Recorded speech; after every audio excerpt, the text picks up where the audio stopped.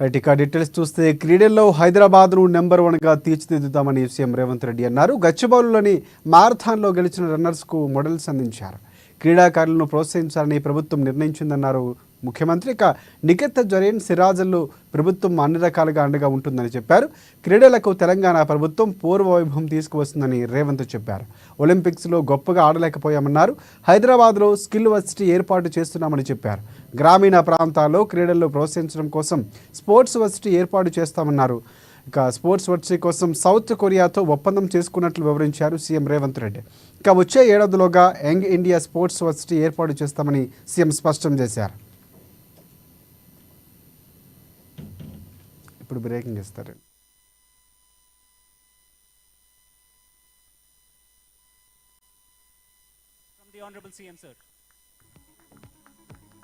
అంటే తెలంగాణ రాష్ట్రంలో ఉన్న యువతను క్రీడల వైపు మళ్లించాలి, క్రీడల వైపు ఆసక్తిని పెంచాలి అని సంపూర్ణంగా విశ్వసిస్తుంది, ఆలోచించి అందుకే ఈరోజు సండే అయినా ఇతర కార్యక్రమాలున్న హైదరాబాద్ రన్నర్స్ ఆర్గనైజ్ చేసిన ఈవెంట్ లో రాష్ట్ర ప్రభుత్వ అధినేతగా ముఖ్యమంత్రిగా ఈ కార్యక్రమంలో పాల్గొనడం ద్వారా తెలంగాణ రాష్ట్రంలో ఉన్న యువతకు ఒక సందేశాన్ని పంపాలని ఈ రోజు నా సహచార మంత్రి ప్రభుత్వ భాగస్వాములందరినీ కూడా తీసుకొని కార్యక్రమంలో పాల్గొనడం జరిగింది. నేను ఈ వేదిక మీద నుంచి మళ్ళీ పూర్వ వైభవం తీసుకొచ్చే బాధ్యత ఈ ప్రభుత్వం తీసుకుంటుంది. ఈ గచ్చిబౌలి స్టేడియం, ఈ స్పోర్ట్స్ విలేజ్ ను ఆ రోజు 25 సంవత్సరాల క్రితం నిర్మించి దూరదృష్టితో ఈ స్పోర్ట్స్ విలేజ్ ను ఆ రోజు నిర్మించడం జరిగింది. ఈ స్పోర్ట్స్ విలేజ్ ని 100% మళ్ళీ క్రీడా కార్యక్రమాలకే వినియోగించాలన్న ఆలోచన ఈ ప్రభుత్వం చేస్తున్నది. ఇదే కాకుండా యూనో మొన్నటి ఒలింపిక్స్ లో మనం అంత గొప్పగా పర్ఫామ్ చేయలేకపోయినాం. మళ్ళీ 2028 లో ఒలింపిక్స్ లో తెలంగాణ